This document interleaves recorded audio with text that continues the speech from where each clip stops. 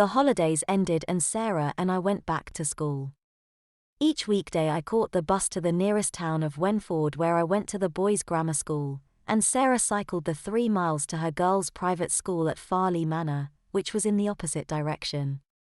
We saw less of each other and, as far as I was concerned, there was never any sign of spanking.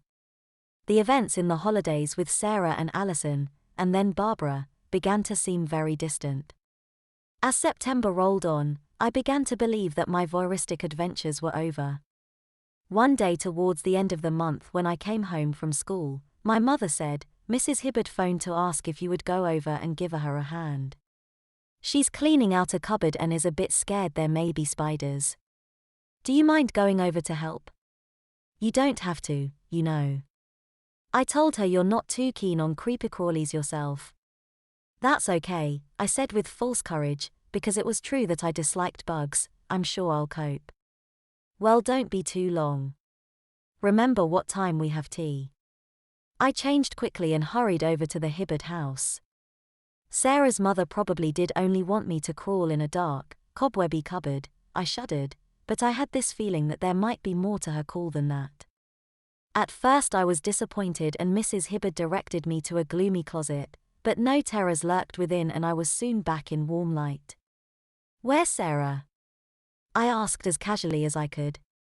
"Is she not home from school yet?" "No. Her headmistress, Miss Bowflower, phoned earlier. She told me Sarah was to be given a detention tonight. It seems she and another girl have been bullying a third." "Oh," I said.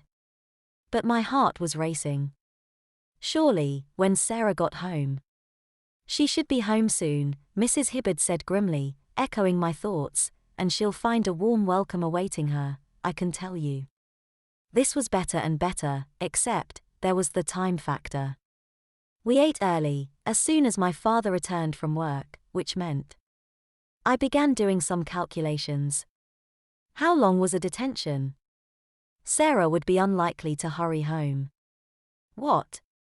She'd better not be late, Sarah's mother said, her words again coinciding with my own deliberations. She added, "It seems they pushed this girl's head down the toilet." Would you believe that? Well, yes, I would, knowing the sorts of things that went on in my own school, but I kept quiet. I told Miss Bowflower she ought to cane the pair of them, but she told me the school does not believe in corporal punishment. I ask you. No need to ask me. I was a firm believer in corporal punishment, so long as I wasn't the one getting it. But I gave her a pretty good idea of what Sarah could expect and she promised to send her off sharp at the end of the 45 minutes.